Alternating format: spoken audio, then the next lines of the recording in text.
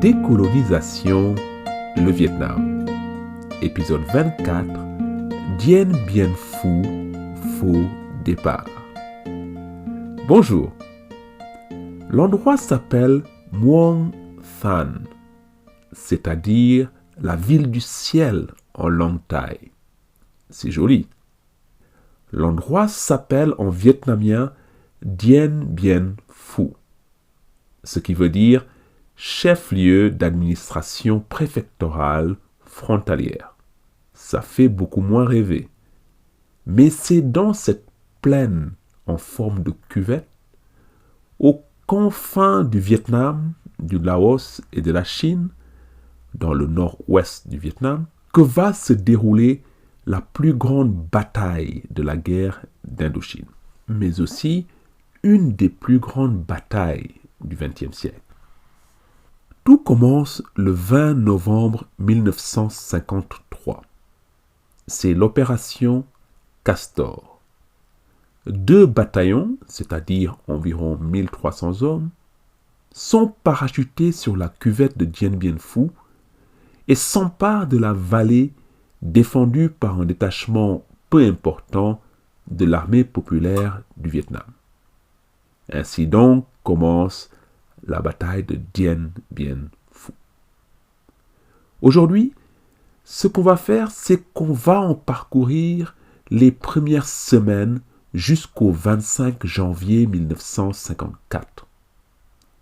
À cette date, le général Giap sursoit à son attaque le jour même où s'ouvre la conférence de Berlin où l'Indochine est au menu des discussions entre les ministres des Affaires étrangères français, américains, anglais et soviétiques. Cette articulation entre les combats et les négociations est capitalissime. Et il faut que nous l'ayons en tête, car toutes les décisions sur le champ de bataille sont prises à la lumière des échéances diplomatiques. Commençons d'abord par planter le décor. C'est quoi Dien Bien Phu? Eh bien, selon la description du journaliste Robert Guillain, c'est, je cite, un stade immense de 20 km au moins dans sa longueur, de 7 à 8 par le travers. Fin de citation. Cette cuvette est entourée à l'est et au nord-est par des sommets boisés qui culminent à plus de 1300 mètres. Dans la cuvette elle-même, il y a un village, mais surtout une piste d'atterrissage que le génie militaire français commence tout de suite à rénover. Et ce point est important, car comme à Nassan, la garnison française est construite autour de la piste d'atterrissage. Pourquoi? Eh bien, parce que c'est le seul lien avec Hanoï et le Delta. Dien Bien Phu est au milieu d'une région que le corps expéditionnaire a évacuée en 1952. On en a parlé à l'épisode 21 lors de la chute de Ndialo. Et cette région n'est accessible que par la voie des airs, vu que tout le territoire autour de Dien Bien Phu est sous contrôle de la République démocratique du Vietnam, la RDVN. La nouvelle de l'opération française tombe en pleine conférence de l'état-major de l'armée populaire du Vietnam. En effet, les cadres supérieurs de l'armée populaire sont alors réunis autour du général Giap pour recevoir les directives de la campagne qui va s'ouvrir. Quand il apprend la nouvelle, le général Giap s'écrie, je cite, « Cela crée pour nous une situation favorable. » Fin de citation. Mais il est quand même surpris. Et il est incertain quant aux intentions du général Navarre, car le compte-rendu de la réunion mentionne de nombreuses questions posées par Giap à ses services de renseignement. Est-ce que c'est une incursion temporaire? Est-ce que Navarre réagit ainsi à l'avancée de la division 316 vers Laicho? Les paras qui ont été largués à Dien Bien Phu, est-ce qu'ils viennent en soutien de Laicho? Ou alors, est-ce que Navarre va abandonner Laicho pour créer une base à Lanassan? Immédiatement, le réseau de renseignement du Viet Minh se met en place autour de Dien Bien Phu. En même temps, les déclarations à la presse du général Cony, commandant du corps expéditionnaire au nord, toutes ces choses informent Zap que c'est bien une base aéroterrestre du type Nassan qui se met en place. Le pont aérien qui commence entre Hanoï et Dien Bien Phu le lui confirme. Immédiatement, le général Zap met donc les divisions 308, 312 et 351 d'artillerie. Il met ces divisions en alerte, prêts à rejoindre Dien Bien Phu. Et dès le 25 novembre, les premiers éléments de la division 316 sont repérés sur les crêtes qui surplombent le camp français. Navarre est bien sûr préoccupé par l'avancée des Bodoï, c'est-à-dire des fantassins du général Zap. Mais il reste ferme. Le 3 décembre 1953, Navarre, dans une instruction au général Cony, précise à ce dernier qu'il est décidé d'accepter la bataille au nord-ouest en centrant la défense sur la base aéroterrestre de Dien Bien Phu qui doit être conservée à tout prix. Et là, il faut s'arrêter un instant sur cette décision du 3 décembre de la part de Navarre. Le 3 décembre, Navarre dit « on y va ». Et cette décision est importante d'abord parce qu'elle va à l'encontre du plan Navarre dont on a parlé la semaine dernière. Dans le plan, il n'est pas prévu d'affrontement majeur dans la campagne 53-54.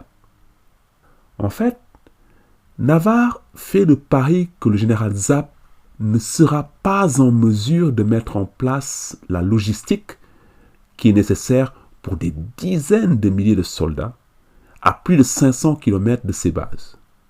Parce que Dien Bien Phu est aux confins du Laos.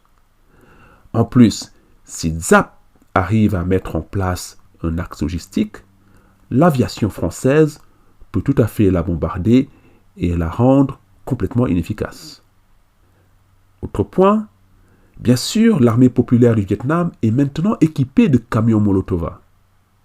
Mais pour Navarre, il n'est pas possible que le général Zap achemine ses camions depuis ses bases du Viet Bac jusqu'à Dien Bien Phu. Or, pas de camions, pas d'artillerie, ou alors très peu. Et la France conserve ainsi une puissance de feu supérieure qui va lui permettre de gagner la bataille. On le sait maintenant que Navarre s'est fourvoyé dans les grandes largeurs.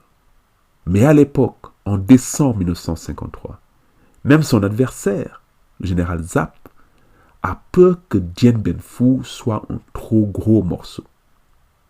Pensez-y, Zap s'est brûlé les ailes dans le delta en 1951 et il s'est cassé les dents à Nassan en 1952. Et là, Dien Bien Phu, c'est un défi encore plus colossal, car il fait la même analyse que le général Navarre. Il faut que toutes ces unités de combat fassent 500 km à marche forcée jusqu'à Dien Bien Phu. Ensuite, il faut faire en sorte que leur parviennent du riz, du matériel, des munitions sur 800 km, quand on sait qu'une grande partie du ravitaillement provient de Chine. Le tout sous la menace de l'aviation française, et cela pendant des semaines, sinon des mois.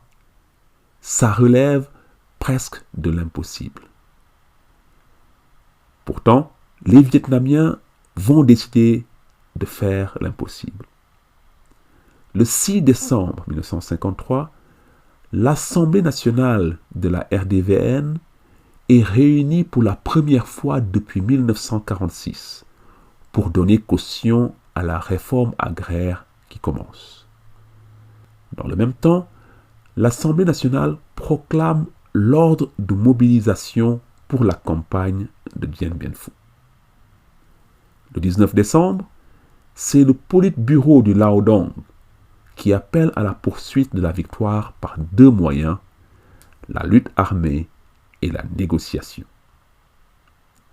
L'implication pour Giap, c'est qu'il n'y a plus d'autre issue que la victoire.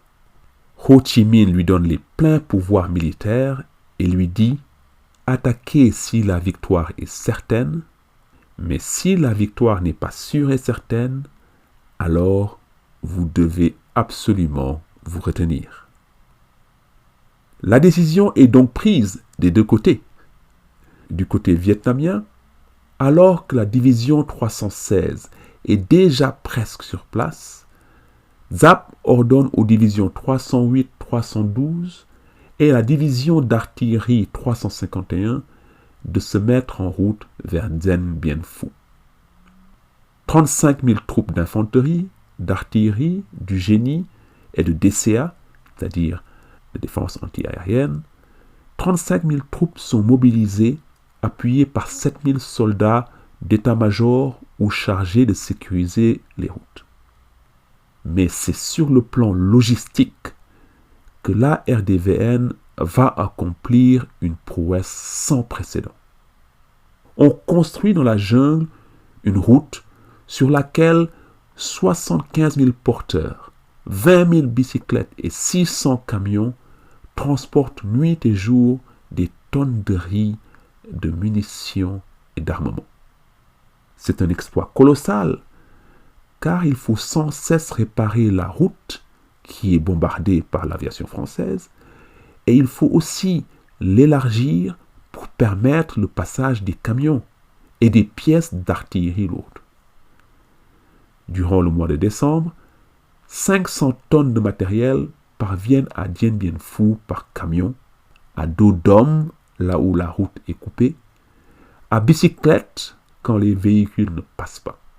Et résultat, dès décembre, la menace est déjà là pour les Français.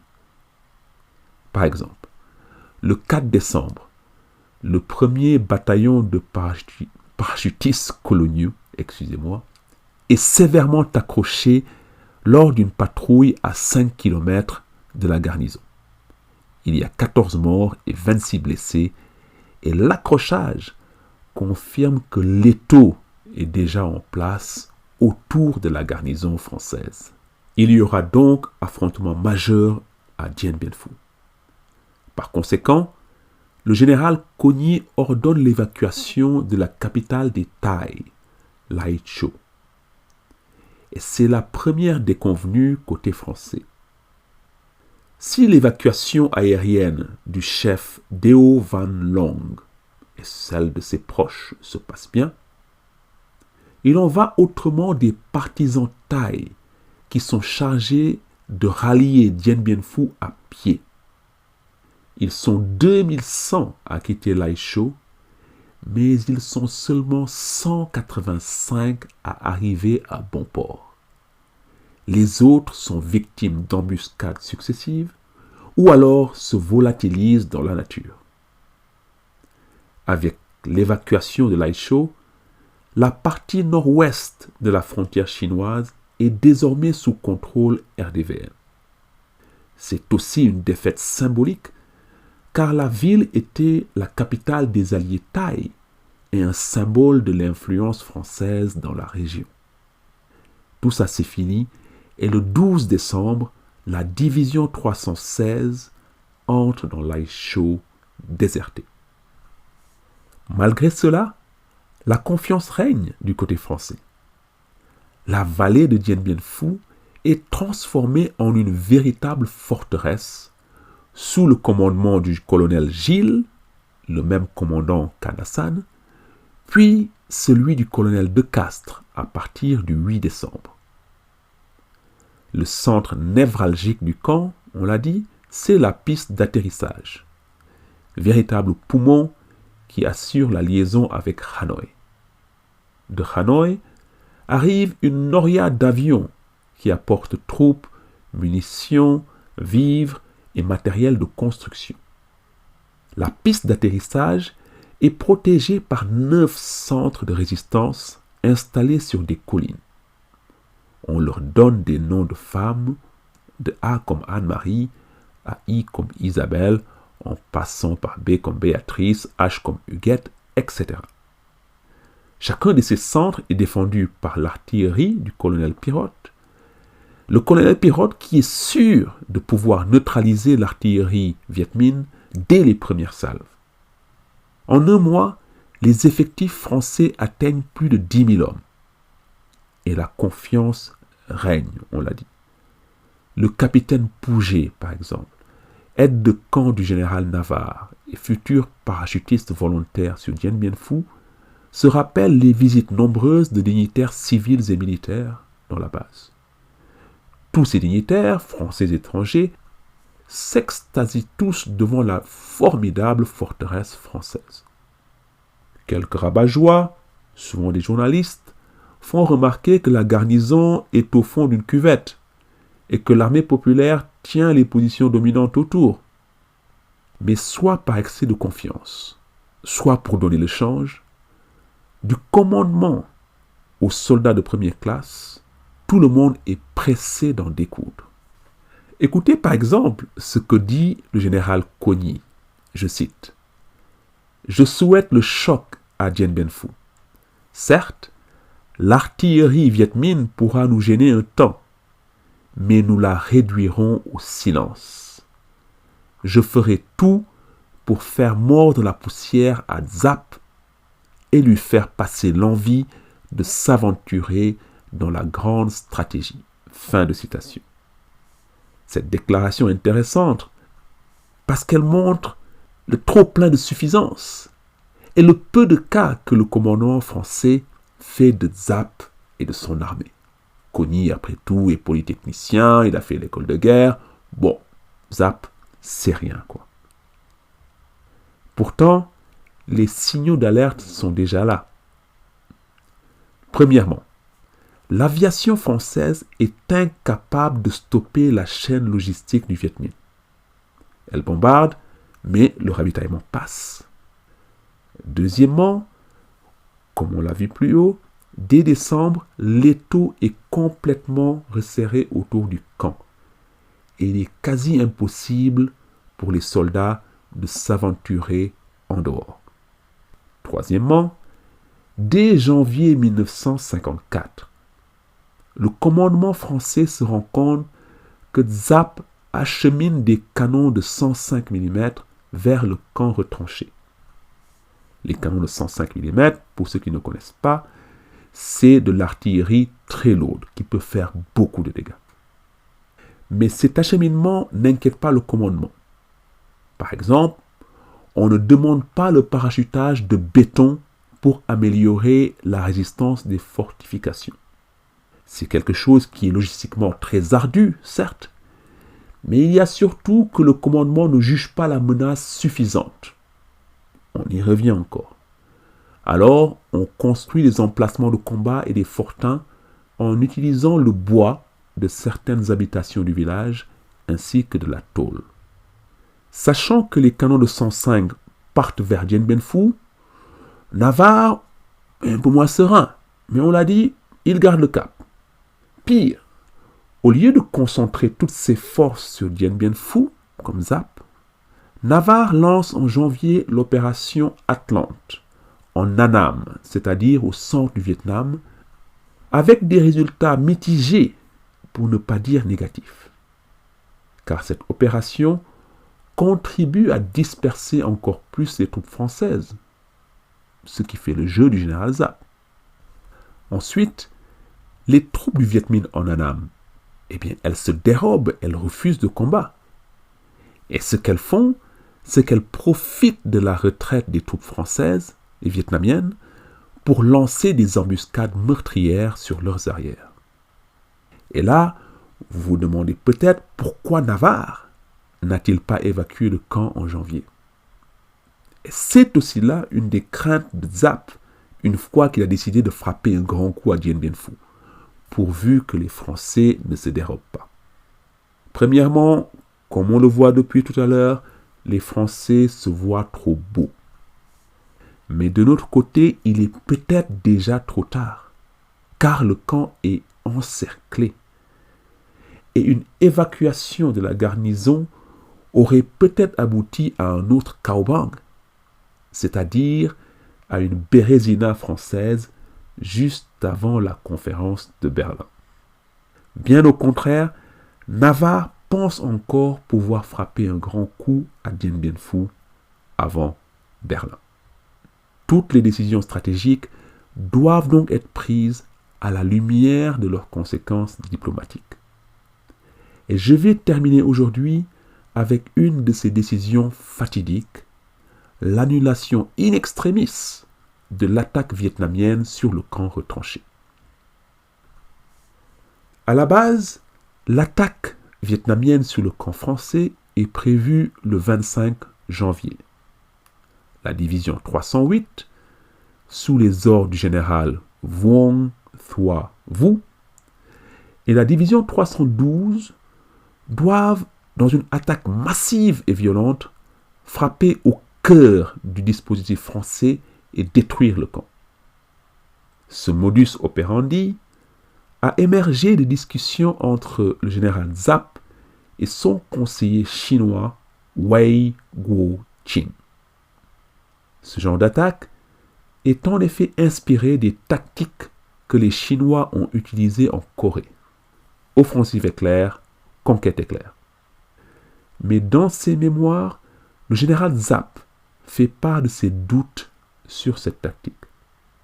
Il y pense beaucoup quand il quitte le Viet Bac le 5 janvier pour rejoindre le théâtre de Dien Bien Phu.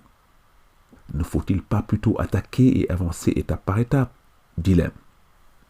Le chef de l'artillerie de l'armée populaire, le général Pham Ngap Mao, décrit ainsi le dilemme du général Giap. Pour manger une orange, faut-il utiliser un couteau, couper l'orange en pièces, ou alors faut-il prendre le temps de peler l'orange à la main, petit à petit?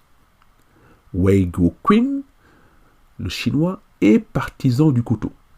Et c'est son avis qui prévaut dans un premier temps sur celui de Giap. La tactique éclair est confirmée aussi le 14 janvier lors d'une réunion d'état-major. S'ensuivent alors 10 jours de préparation frénétique. Pourquoi frénétique? Il faut savoir qu'à la date du 14 janvier, l'artillerie n'est même pas encore en place autour de Dien Bien Phu. Pourtant, elle l'est une semaine plus tard, après 7 jours et 7 nuits de travail ininterrompu qui font partie du mythe de Dien Bien Phu. 2 exemples pour illustrer ce mythe. D'abord, il y a le travail incroyable des dizaines de milliers de porteurs. Quand ils ne tombent pas sous les bombes françaises, ils remettent en état la route, ils font en sorte de la camoufler, et ensuite, quand les dégâts sont trop importants, ou que les camions sont bloqués, c'est à la force des bras que les camions sont poussés. Si ça ne passe toujours pas, c'est à dos d'homme que le chargement est transporté. Je ne sais pas vous, mais une seule fois, il m'est arrivé de pousser une voiture embourbée. On était entre Ndiaganiao et Babak, au Sénégal, pour ceux qui connaissent. Et je me souviens d'un effort intense. Et je me souviens avoir été en sueur après cet effort. Alors je ne peux même pas imaginer ce que c'est de pousser un camion sous la pluie, en montagne, puis de porter ce chargement sur le dos. Deuxièmement, et là où les Vietnamiens accomplissent vraiment l'impossible, c'est quand ils arrivent à hisser les canons de 105 mm sur les hauteurs de Dien Bien Phu à la seule force des bras. Parce que les canons de 105 mm, c'est des centaines de kilos. Et il y a un moment aussi où les camions sur lesquels sont ces canons ne peuvent plus avancer car il n'y a simplement pas de route, juste la montagne qui s'élève. Alors imaginez que sur ces pentes, dont le dénivelé atteint 60 degrés, des milliers de soldats et de porteurs utilisent un système de poulies et de cordes pour hisser les canons sur les hauteurs surplombant Dien Bien Phu. Ce sont de véritables travaux d'Hercule. Pourtant, le général Giap craint toujours un échec le 25 janvier, un échec qui servirait sur un plateau une victoire militaire et diplomatique à la France. Il n'a pas oublié l'avertissement de Ho Chi Minh. Attaquer si et seulement si on est sûr de la victoire. Côté français, le commandement intercepte le 20 janvier un message qui confirme l'attaque à venir le 25. La garnison, on l'a dit, est pressée d'en découdre, de casser du viet, comme on dit à l'époque. Et à mi-janvier, les 10 000 hommes combinant légions étrangères, tirailleurs algériens, sénégalais, goumiers marocains, parachutistes français et vietnamiens, partisans thaïs sont prêts. Pour Cogny et Navarre, même si l'artillerie vietmine est en place, Giap ne saura pas s'en servir à bon escient. Le 25 janvier, la garnison française est donc sur le qui-vive, mais il n'y a pas d'attaque ce jour-là. En fait, le général Giap recule. Alors que tout est en place, il n'y va pas. Le conseiller chinois Wei Guoqing est furieux et l'avertit que reporter l'opération à la dernière minute risque de démoraliser les troupes et les porteurs qui ont tout donné pour respecter l'échéance du 25. Mais Giap donne l'ordre de ne pas attaquer. Pourquoi? Giap fait remarquer que Dien Bien Phu est 3 fois plus grand que Nassan, sa dernière défaite. Ses troupes ne sont pas encore assez entraînées pour manœuvrer sur un espace aussi large. De plus, il faut coordonner avec l'artillerie de manière à porter les coups les plus violents possibles sans en encaisser. Enfin, Giap trouve que l'ennemi s'est renforcé et qu'il n'a pas encore assez de stock de munitions pour arroser le camp. Pour lui, une attaque le 25 janvier est prématurée. L'orange Dien Bien Phu ne sera donc pas coupé au couteau. Giap va prendre le temps de la peler petit à petit.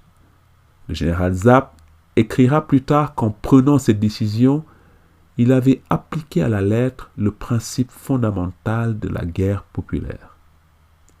Attaquer seulement quand on est sûr de la victoire.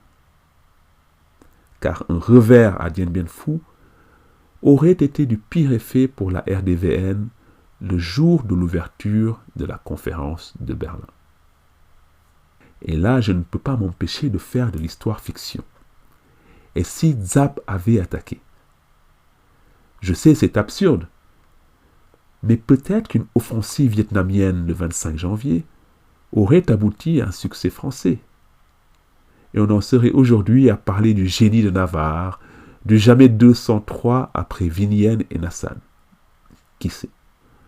En tout cas, c'est l'intime conviction du général Giap que toutes les conditions ne sont pas réunies pour la victoire. Et s'il a raison, l'armée populaire du Vietnam est peut-être passée tout près de la correctionnelle à Dien Bien Phu. La prochaine fois, nous le verrons, Giap finira par passer à l'offensive le 13 mars. Mais en transformant la bataille en un siège de longue durée, Giap crée un casse-tête économique et logistique encore plus grand pour la RDVN. Dien Bien Phu, bataille totale, va saigner à blanc la population en la privant de riz et va voir 20 à 30% des soldats vietnamiens mourir lors des 3 assauts successifs sur le camp français entre le 13 mars et le 7 mai 1954. Mais cela, je vous en parlerai la prochaine fois. D'ici là, Je vous remercie encore de votre fidélité. Portez-vous bien et salut, hein.